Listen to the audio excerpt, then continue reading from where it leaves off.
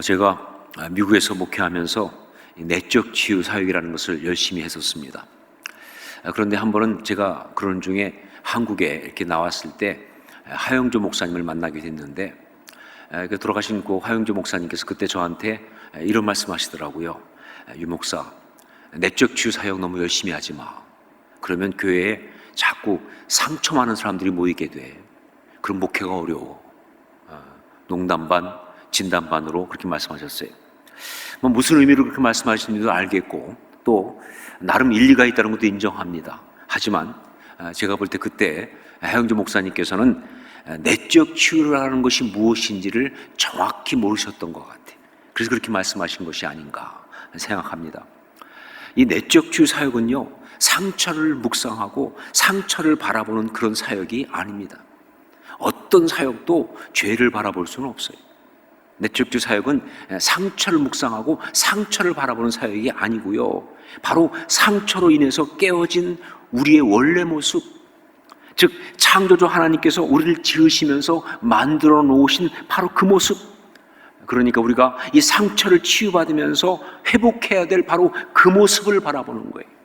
그게 바로 이 사역의 초점입니다. 근데 그렇다면 그 모습이 바로 뭐냐? 그것이 바로 하나님의 형상이라고 하는 것이죠. 하나님의 형상. 하나님은 우리를 하나님의 형상으로 지으셨습니다.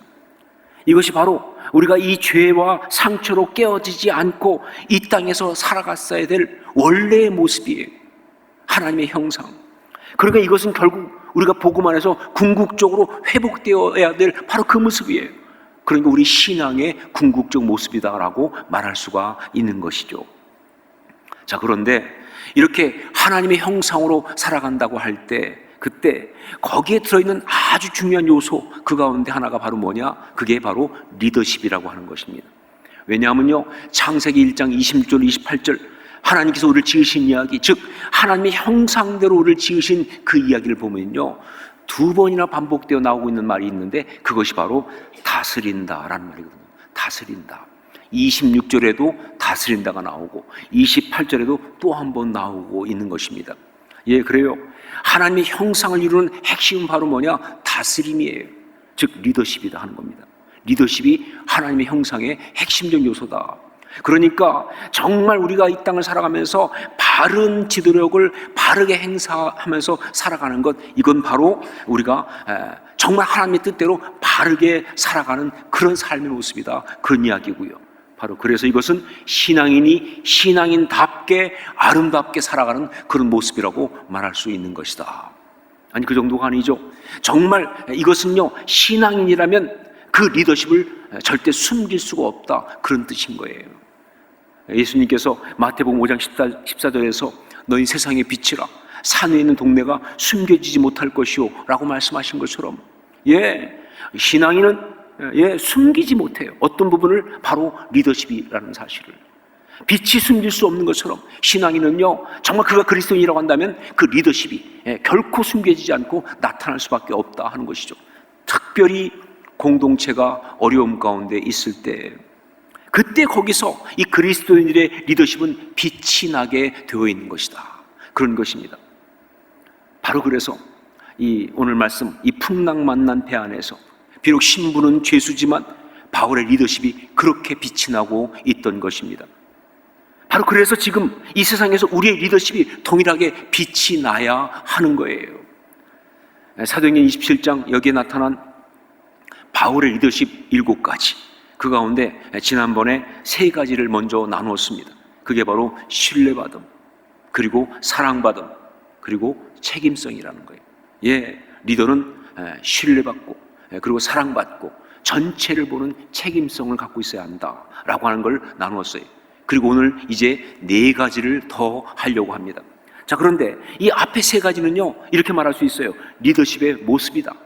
리더십이 어떤 모습인가? 바로 이 3가지 모습을 띄어야 한다는 것이죠. 리더십의 모습이다 라고 말할 수 있다고 한다면, 이제 오늘 우리가 함께 나누려고 하는 이 4가지는 바로 뭐냐? 그 리더십의 행동이에요.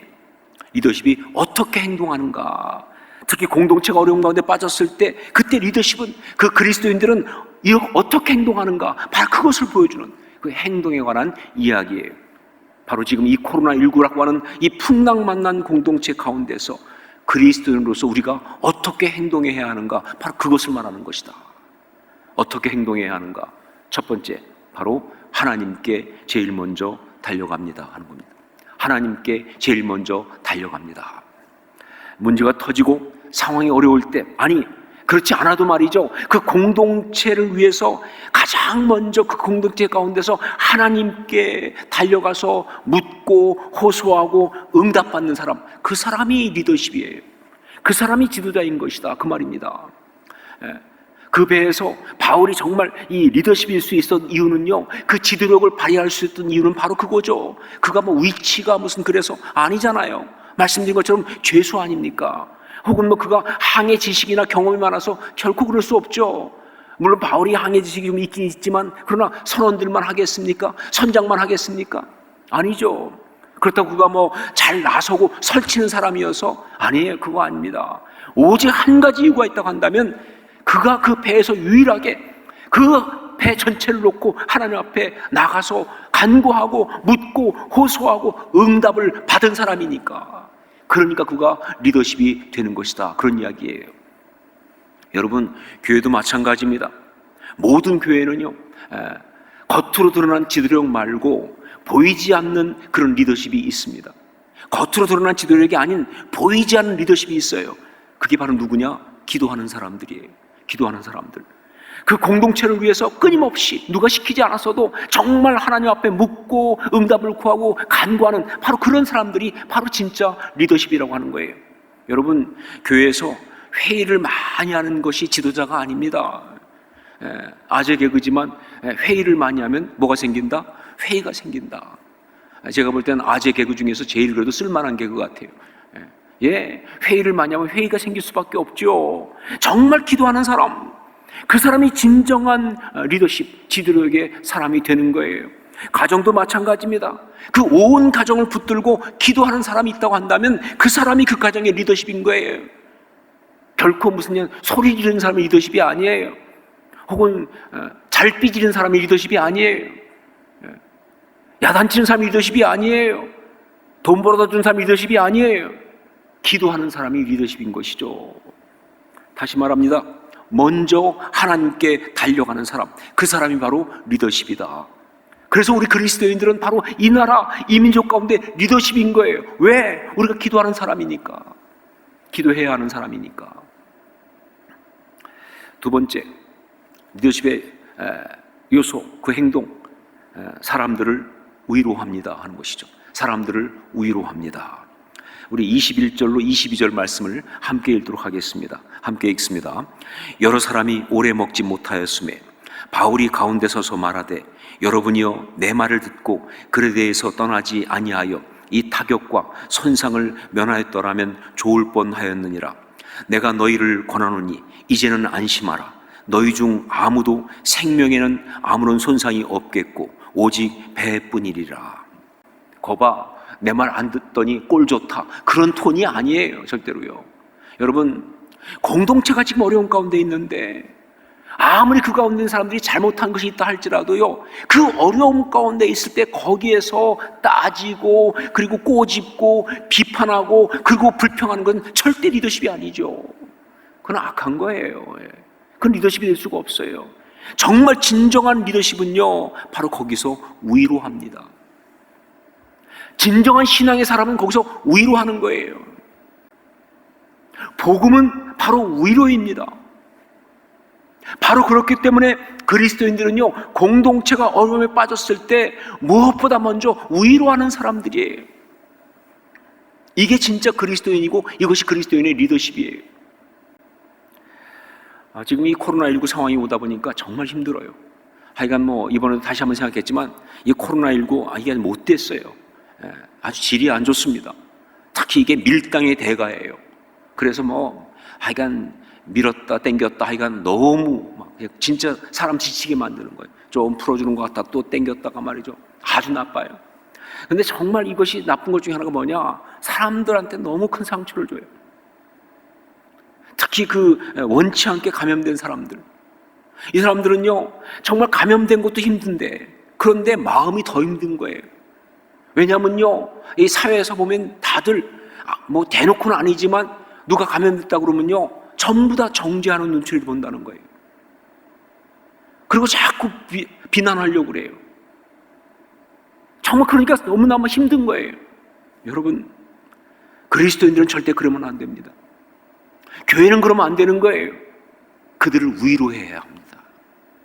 그들을 위로해야 되는 거예요. 지금 얼마나 아픈데, 얼마나 마음이 아픈데 위로해야 되는 거예요. 이게 진짜 그리스도인이라고 하는 거예요. 예, 그리스도인들은 바로 위로하는 사람들이에요. 자, 위로하는 사람이 되기 위해서 어떻게 위로할 것인가, 우리 좀 생각을 해봐야 되는데, 이 비난이나 책망은 자기 입장에 서서 자기에게 초점 맞추고 하는 것인데, 예, 그게 비난이에요. 비난은 뭐 어떻게 말해도 자기 입장에 서서 자기에게 초점 맞춰서 하는 게 바로 비난이에요. 하지만 위로는 뭐냐? 상대방의 내면과 상황을 보면서 그러면서 하는 게 위로입니다. 내가 아니에요. 그 사람의 내면과 그 사람의 상황을 보면서 하는 게 바로 위로예요. 자, 그렇기 때문에 여러분, 위로하는 것이 말이죠, 그 사람의 내면과 상황에 따라서 많이 좀 다릅니다. 여러 가지 어떤 위로의 방식이 있어요. 이것을 여러분이 좀 알 필요가 있어요. 위로의 전문가가 되기 위해서. 우선 그 상대방이 마음이 많이 낮아져 있을 때, 즉 정말 힘든 일을 겪으면서 마음이 무너진 거예요. 그래서 너무나 비참한 거예요. 정말 그렇게 무너져 있을 때, 그때는 어떻게 위로하느냐? 다른 어떤 것보다도 그 사람의 내면에 있는 가치 있는 것을 찾아서 그것을 이제 올려줘야 되는 거예요. 예, 사람에게는 정말 가치 있는 것이 있습니다. 아무리 무너진 사람도 가치 있는 게 있어요. 바로 그걸 우리가 찾아서, 하나님이 널 여전히 사랑하시지 않느냐? 하나님 앞에 네가 이거 소중하지 않느냐? 하나님 앞에 네가 이렇게 귀한 사람 아니냐? 너에게 이렇게 존귀한 것이 있지 않느냐? 라고 하는 그 가치를 찾아 올려주는 일이 바로 위로하는 거예요. 전 여러분이 여기에 전문가 될 수 있기를 주님을 축원합니다. 그게 정말 중요한 거예요. 예, 어떻게 좋은 것을, 가치를 찾아내어 올려주느냐, 정말 중요한 포인트죠. 자, 상대방이 아니면 마음이 많이 슬프고 힘들 때, 그때는 어떻게 하느냐? 마음이 많이 슬프고 힘들 때, 여러분, 이 슬픔이라는 것은요, 일종의 감정순환의 장애잖아요. 그게 막혀버린 거잖아요. 그렇기 때문에 그때는요, 어떻게 하는 것이 위로냐면요, 그 슬픔이 밖으로 풀려나올 수 있도록 들어주고, 그리고 함께 울어줘야 되는 거예요. 그게 위로하는 거예요. 다른 거 할 필요 없습니다. 그냥 같이 들어주면서, 그러면 같이 울어주는 거예요. 이것도 은사예요. 이거 정말 능력입니다. 잘 들어주고 그리고 같이 울어줄 수 있는 것, 이게 바로 위로하는 것이다. 공감력이죠, 이것이. 전 여러분들이 바로 그런 은사가 또 있을 수 있기를 주님을 축원합니다. 중요하죠. 자, 그리고 상대방이 마음속에 이 즐거움을 잃어버렸을 때, 즐거움을 잃어버렸어요. 그래서 막 마음이 답답하고 마음이 깝깝하고 재미없고 막 이렇게 되었을 때, 그때는요, 무엇이 위로하는 것이냐? 그 가운데서 아주 재미있는 것, 그리고 익사이팅한 것을 찾아내줘야 합니다. 그 삶 가운데 재미있고 아주 익사이팅한 걸 찾아내줘야 돼요. 자, 그래서 많은 위로의 사람들을 보면요, 공통적인 게 뭐냐? 굉장한 유머와 그리고 위트가 있다는 거예요. 예, 이건 뭐 타고난 것보다는 하나님 주시는 것 같아요. 그래서 아주 재밌는 이야기, 아주 흥미로운 것, 아주 익사이팅한 것을 찾아서 재미를 회복시켜주는 거예요. 필요하다면 정말 정말 썰렁한 조크라도 하면서 말이죠. 예, 이게 바로 위로하는 거예요.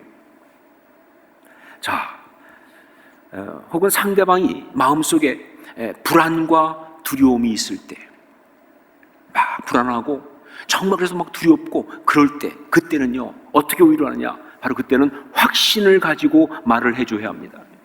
아주 분명한 선포를 하면서, 아주 용기를 주면서, 그러면서 약속을 선포하면서, 그러면서 확신을 주는 말을 가지고 그의 마음을 세워주는 것, 이게 바로 위로하는 거예요. 오늘 말씀에서 바울 사도가 바로 그것을 하고 있습니다. 왜? 배에 있는 모든 사람들의 마음이 다 그렇게 막 지금 불안하거든요. 두려움에 잡혀 있어요. 정말 고통받고 있어요. 그래서요. 그렇기 때문에 바울은 아주 담대하게 말을 하고 있습니다. 이제는 안심하라. 너희 중 아무도 생명에는 아무런 손상이 없겠고 오직 배뿐이리라.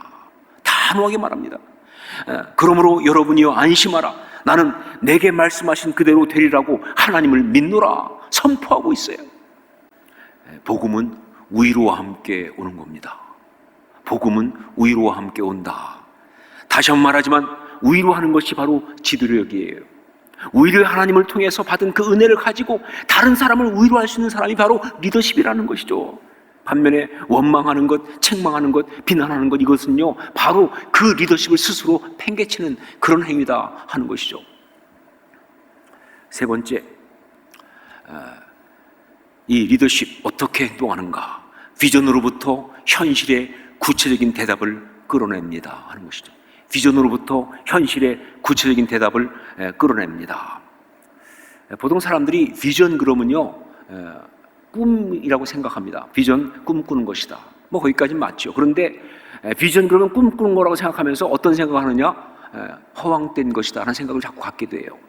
그러면서 현실적이지 못하다, 그러니까 좀 황당하다, 이런 생각을 하는 거예요. 근데 여러분 절대 그렇지 않습니다. 정말 진정한 리더십은요 공동체가 어려운 가운데 빠졌을 때 바로 그 비전으로부터 오히려 가장 현실적인 구체적인 답을 끌어내는 사람이 그게 바로 진짜 리더십이 되는 거예요. 우리 23절 24절 말씀을 함께 읽도록 하겠습니다. 23절 24절 같이 읽습니다.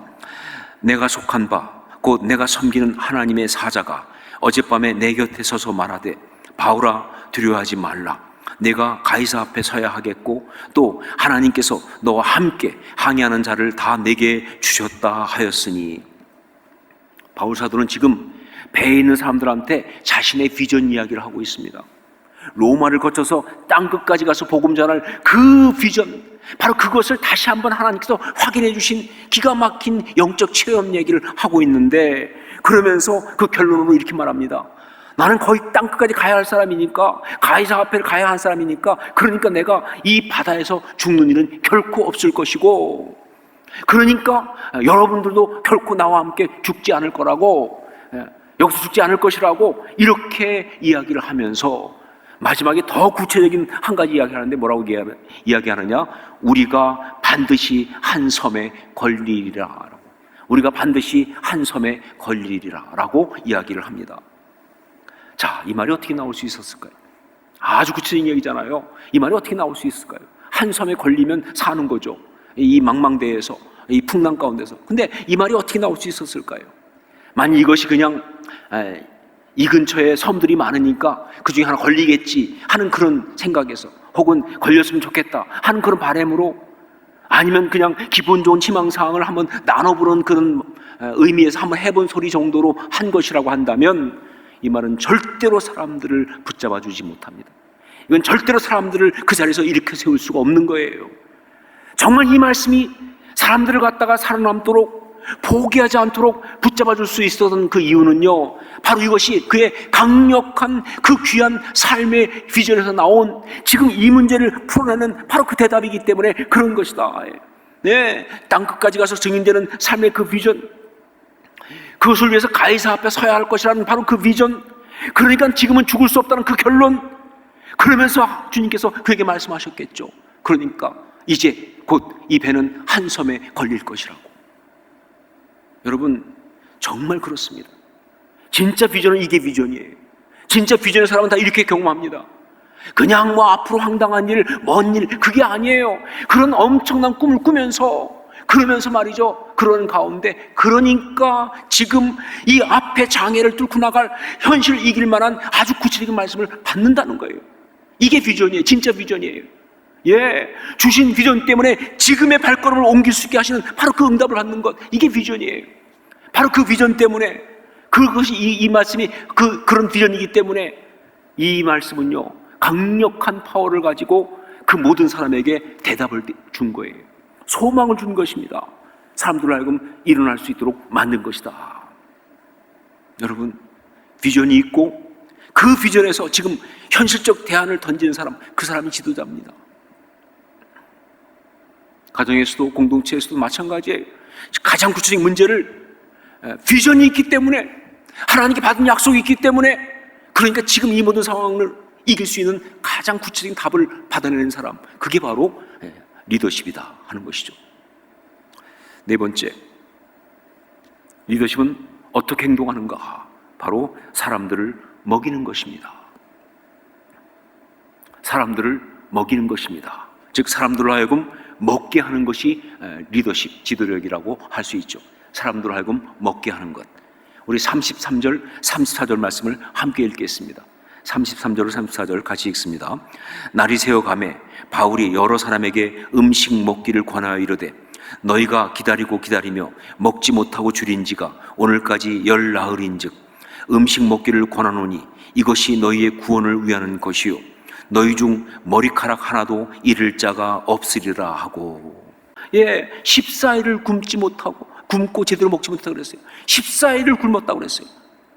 그럼 배에 먹을 게 없어서 그러냐? 아니요. 거기 빵도 있고 거기 밀도 있고 먹을 게 많았습니다. 근데 안 먹었어요. 왜? 풍랑이 급하다 보니까 말이죠. 이것도 굶어 나가야 되니까 먹을 겨를이 없는 거예요. 먹을 분위기가 아니라고 생각한 거예요. 배멀미 하다 보니까 속이 다 뒤집어졌어요. 그러니까 먹어야 되는데 안 먹은 거예요. 그러니까 자기도 모르게 힘이 빠져버린 거예요. 더 낙심한 거예요. 정말 너무나 무력해진 거예요. 지쳐버린 것이죠. 자, 그래서 바울은 다른 어떤 것보다 사람들로 하여금 먼저 먹게 합니다. 이게 바울의 리더십의 모습이에요. 사람들로 하여금 우선 먹게 한 것. 근데 아무리 말해도 안 먹어요. 먹을 정신이 아니니까. 그래서 바울이 자기가 먼저 먹기 시작합니다. 이거 중요해요.